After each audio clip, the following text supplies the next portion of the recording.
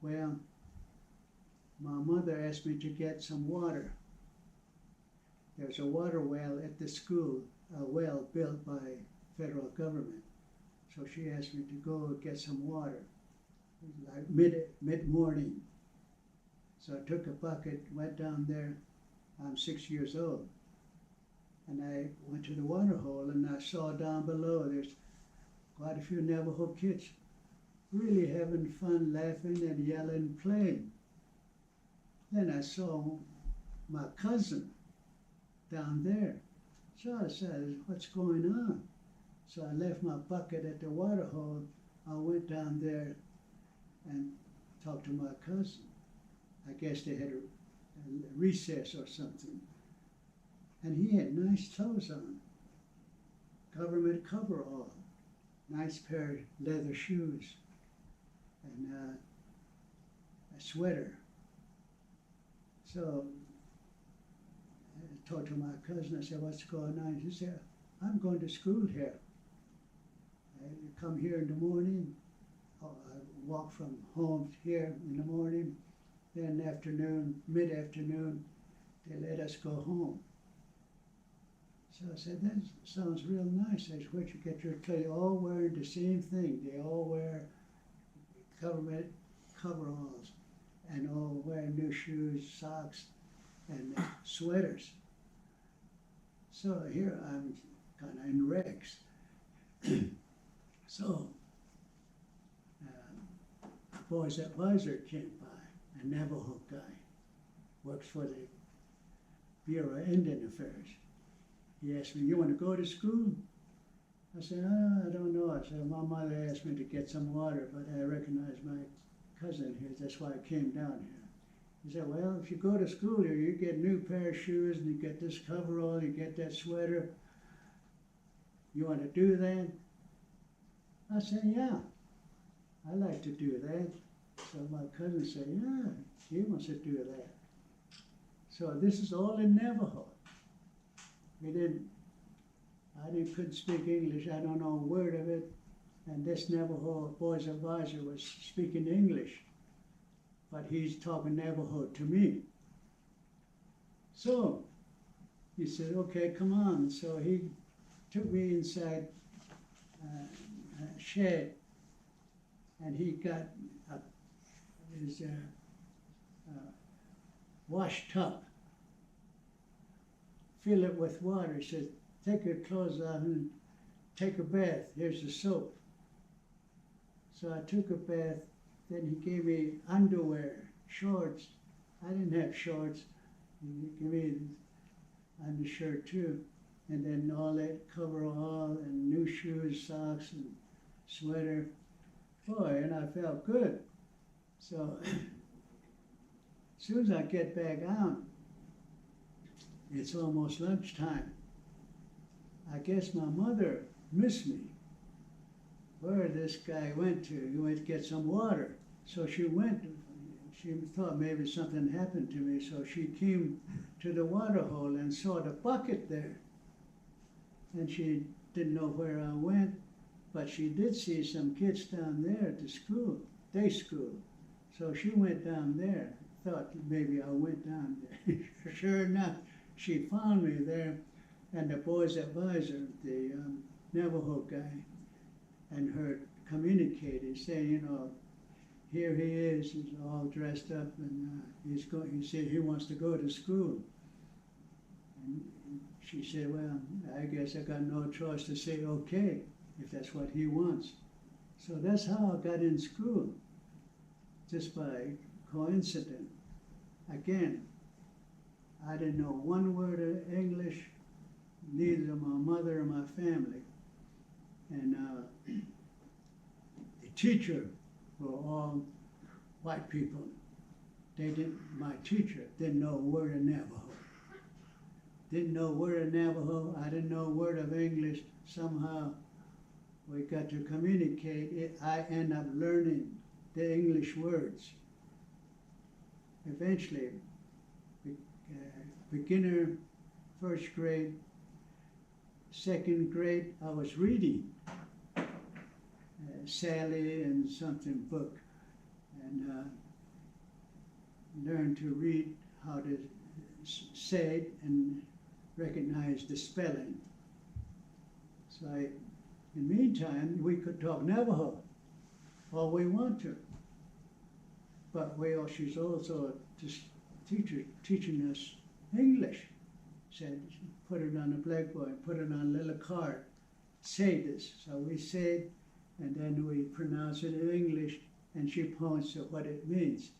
So sometimes we talk to each other in English, but when we really want to communicate, we talk Navajo. And we're not being punished for it, because at 3 o'clock, we go home. So their first day, my cousin lived not too far. So he and I I lived closer, so he and I went there. And my grandpa, grandma, and where'd you get those new clothes? So we all just talk Navajo, and my cousin, was telling them. In the meantime, he asked me a question in Navajo, how do you like it and stuff like that. And I go like this. And then I try to pretend like I forgot my Navajo language. I can only speak English, so I would say, mal, mal, mal, mal, mal, don't say any words, but just say, mal, mal, mal, mal. And then grandpa, grandma asked my cousin, what's he saying? He said, he doesn't say nothing. He's just trying to speak like he's a white man. And so then everybody laughed. So that's how I started. Day school, 1934. I went to school. Beginner, first and second grade. Second grade, I was able to read, recognize words and what they sound like, what they mean. And that's where this day school ended. There's no third grade. So I'm 9 years old now. And if I want to continue my education, I have to go to a boarding school. And boarding school was over 30 miles away. Shiprock, New Mexico, had a boarding school for Navajo kids. So one of my relatives, their kids were going to boarding school at Shiprock, New Mexico. This one guy, he was about 5 years older than I am, said to my mother that I could go on to school, go to boarding school at Shiprock. And my mother said, that's too far. I don't want my son to be over there. Well, he said, I'll take care of him. He says, I'm going to school there. His name's Aaron. This cousin of mine, Aaron Claw, that's his name. So she and Aaron talk about it, and then they agreed that he should take me with him to enroll at Shiprock Boarding School. 1939, something like that. So Aaron, we caught a hitchhike from T-Snell's Pass. It's about 35 miles, all these trails. Got to boarding school. And there, it's all Navajo kids in boarding school, from third grade all the way to high school. High school a separate location, and elementary separate. So I went to the elementary side. My cousin Aaron was in a high school side, but they're very close to each other. So he enrolled me. And first thing they told me was, you don't speak Navajo. It's prohibited. You just speak English, that's all. if you speak Navajo, you're going to be punished. And punishment took its various forms. Depends on how you were using the Navajo language, either using it because it was an accident, or you're using it just to defy the government. You get different punishment.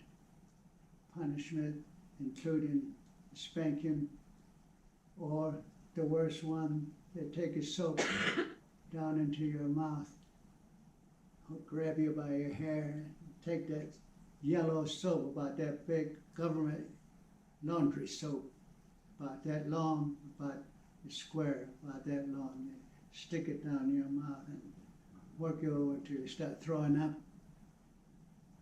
So they tell you all of that. And they also, another punishment is on Saturday and Sunday, if you're a good student, you can get out of the head fence around that boarding school and a gate.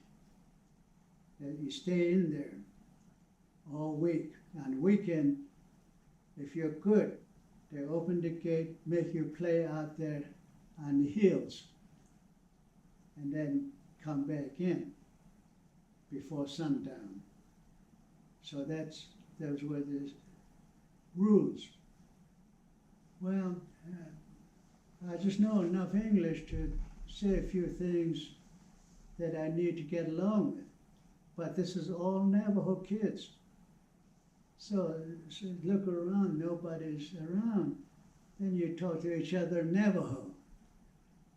And then on the weekend, when you get out on the hill with your friends, you talk Navajo to each other, and nobody listening or hearing us. They come back in. That was okay. So this not speaking Navajo within the campus really didn't bother us that much, because we find a sneaky way to talk to each other in Navajo. But, like always, I guess, there are some older kids. They have trying to find a way to take things away from little kids, like us. Like we would have maybe apple or orange for dessert. We take that out back to our room. And the bigger guy said, give me your orange, give me your apple. Or sometimes we make a sandwich, we take it to eat it later. They said, give me that. We said no. Then they say, I heard you talk Navajo. I'm going to tell on you. So they tell the boy's advisor that this guy talked Navajo. Then he asked, what did he say? He said this, he said that. So then we get punished.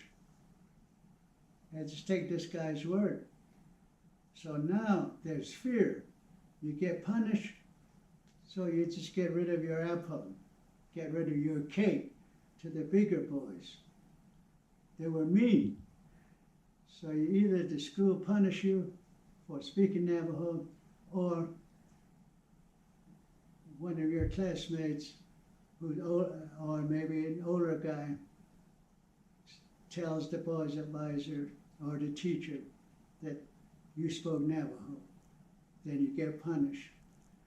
There's no court that says, did he really do that or not? It's just their word against ours. So this became very difficult for me. 3rd grade, 4th, 5th. Well, the first year, I couldn't handle it. So I ran away from boarding school, this 35 miles. In January, very cold, snow about 3 inches on the ground. 5 of us from Tisna's Pass ran away. I was the youngest of the group. We jumped the fence early in the morning. And finally, And my mother of this, I immediately ran to her and grabbed her, and then my grandpa started the first conversation. Where are you coming from? So I said, school. What did it do? They drop you off here or what? I said, no, I ran away. Boy, he started lecturing me. He says, you're no good. You should never do that. It's cold out there. You might have frozen out there. Oh boy, I got the lecture. The next morning, my grandpa got 2 horses, saddled them. One for him, the other for my mother and myself. My mother sat in the front, I sat in the back holding her. They took me back to the day school where I was going to school for 3 years, day school. And they told the official there, this guy ran away from Shiprock boarding school. We want him back over there, as my grandfather said. Of course, my mother said, you know, he could stay, he don't have to go to school, but her word was minor to my grandpa. So they left me there. And then there was a truck that came down to haul coal for the day school. So they put me on that truck, took me back to Shiprock boarding school. And man, did I got punished, did I got lectured as a no good guy, evil guy, and all that kind of stuff. Made life more miserable for me. So I finished the second year, 4th grade, going through the same situation, no speaking Navajo. And I had a room next to my bed. There's another guy named Randolph. I'm about 1 year older than his. And Randolph lived halfway to Tisnaspas. So he and I became friends, and I said, let's run away. Now I'm an expert at running away, how to jump the fence and how to get back. So we did. Well, twice I tried to run away because I couldn't speak Navajo, and if I do, I get punished. Number 2, the big boys are picking on me, and I didn't like that. So I finished 4th grade. 5th grade,